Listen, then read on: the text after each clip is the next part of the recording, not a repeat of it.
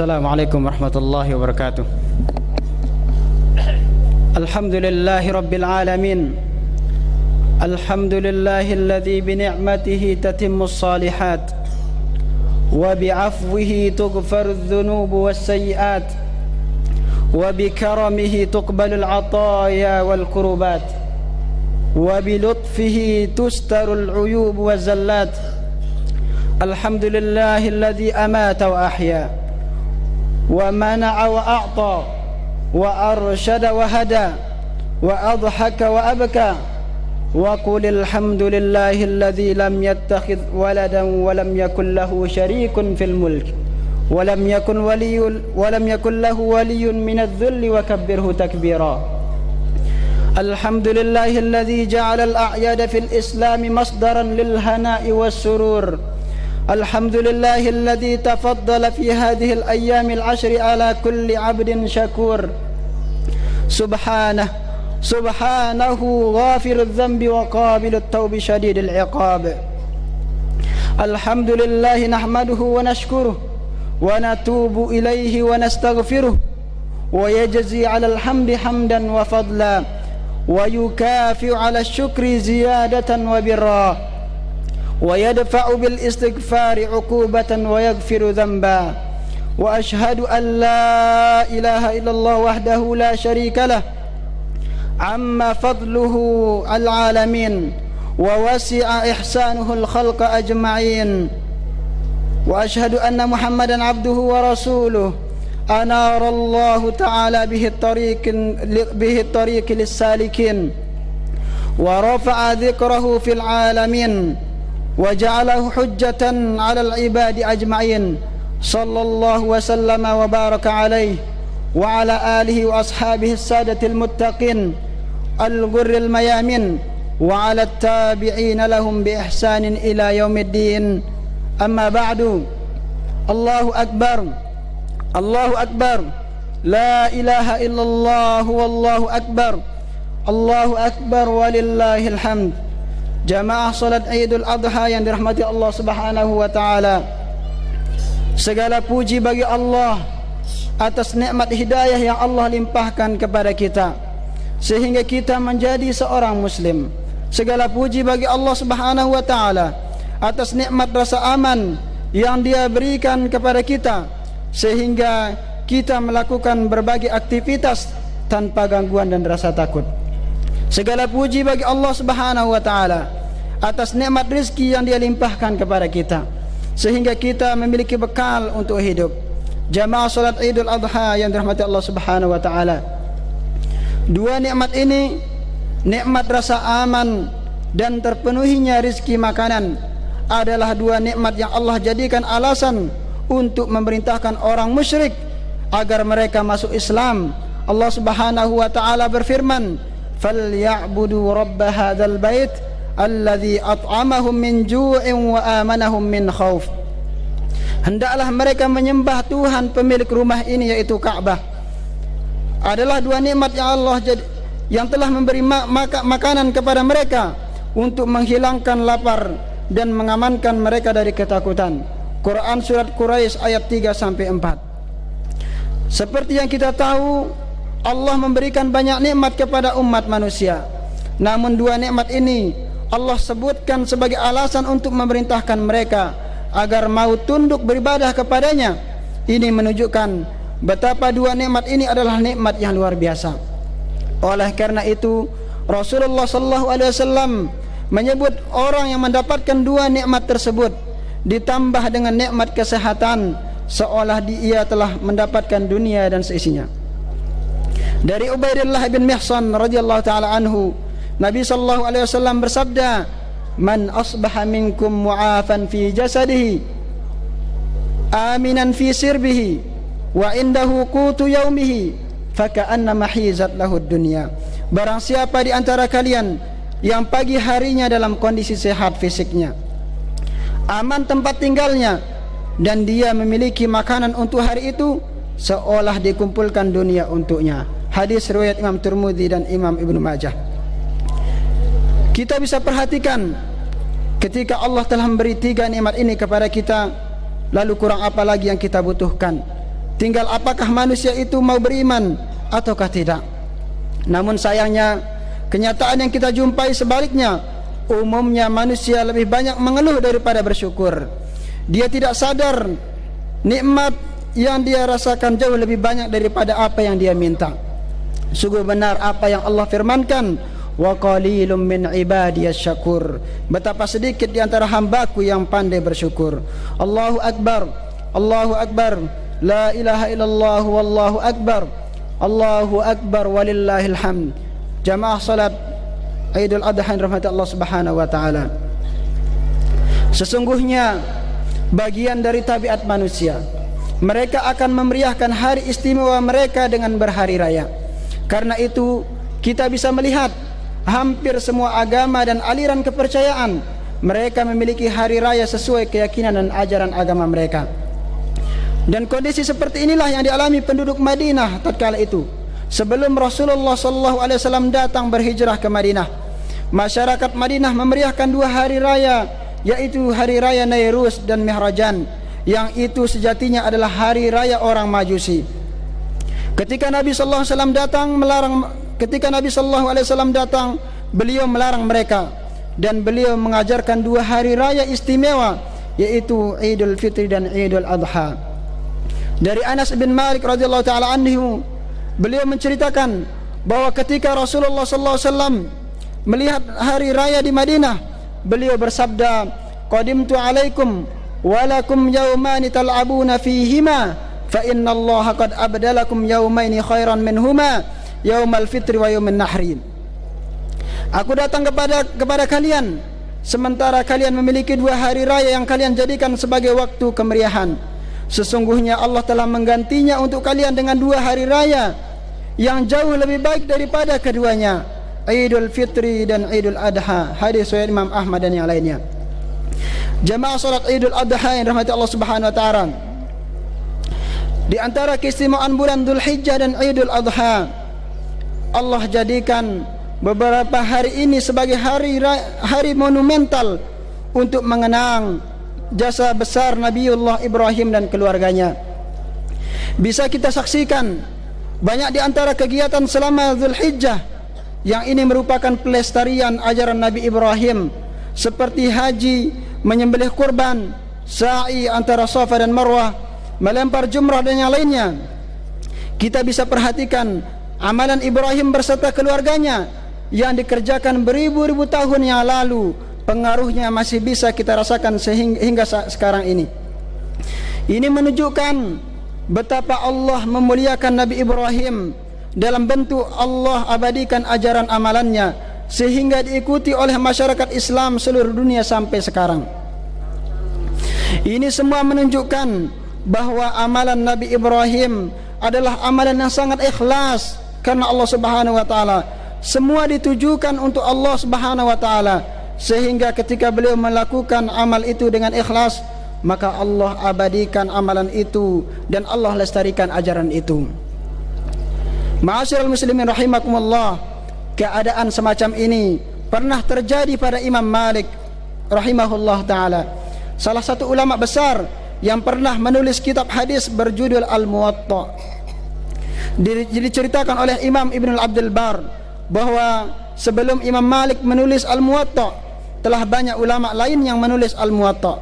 Ketika Imam Malik menulisnya, sebagian muridnya berkomentar, "Wahai Imam Malik, kitab Al-Muwatta itu sudah banyak. Mengapa harus menulis Al-Muwatta kembali?" Kemudian kita lihat bagaimana jawaban Imam Malik. Beliau mengatakan, "Maka nalillahi fahuwa abqa." Segala sesuatu yang dilakukan untuk Allah, maka dia akan kekal. Jamaah salat Idul Adha yang rahmati Allah Subhanahu wa taala, dahulu ada ribuan penguasa, ada ribuan orang kaya, dan ada ribuan ulama. Dan bisa kita saksikan saat ini, nama ribuan para penguasa itu dan para orang kaya itu hilang di telan masa.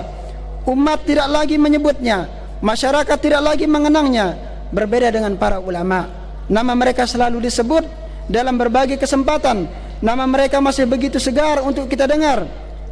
Kita mengenal Imam Malik, namun kita tidak pernah mengenal siapa nama raja dan nama orang terkaya yang hidup di zaman Imam Malik.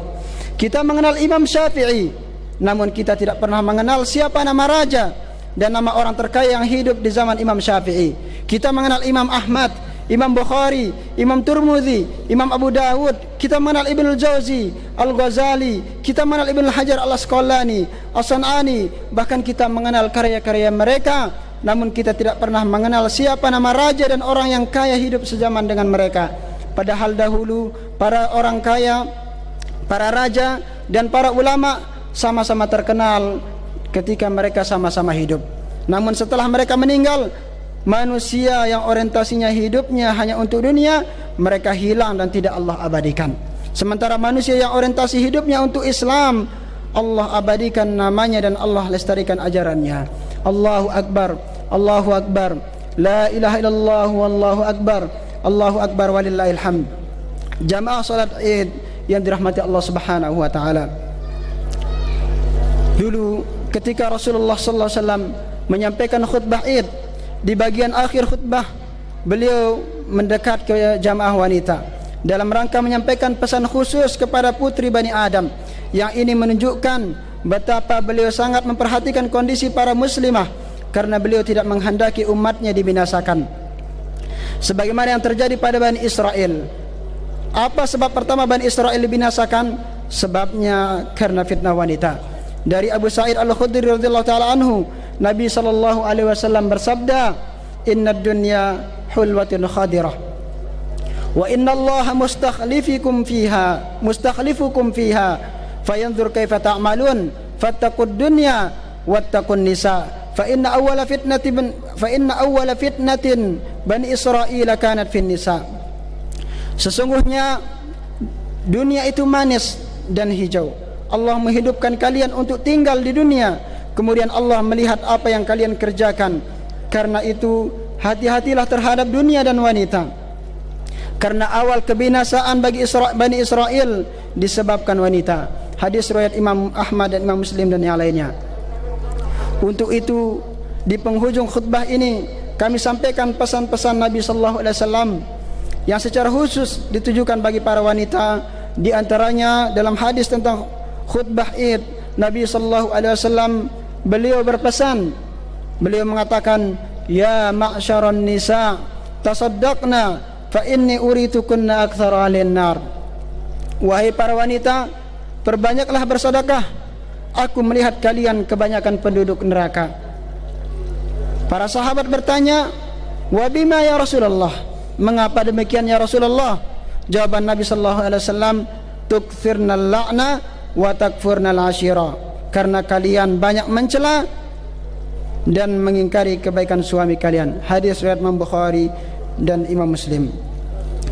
Pesan Nabi sallallahu alaihi wasallam yang lainnya bagi para wanita, pesan untuk menjaga aurat. Wahai para wanita, jagalah aurat kalian dan jangan ditampakkan kepada orang lain selain suami kalian.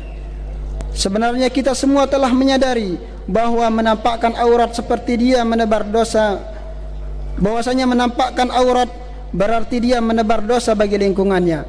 Semakin banyak memandang, semakin banyak dosa yang akan dia dapatkan. Karena itu pantas saja jika Rasulullah SAW memberikan ancaman keras bagi wanita yang suka mengumbar auratnya. Dalam hadis Abi Hurairah radhiyallahu taala anhu, Nabi SAW bersabda, "Sinfani min ahlin nari lam arahuma, qaumun ma'ahum siyatun ka'adnabil baqari yadribuna bihan nas, wa nisa'un kasiyatun 'ariyatun mumilatun ma'ilat ru'usuhunna ka'asnimatil bukhtil ma'ilah la yadkhulnal jannah wa la yajidna rihaha wa inna rihaha la yujadu masirata kadza wa kadza."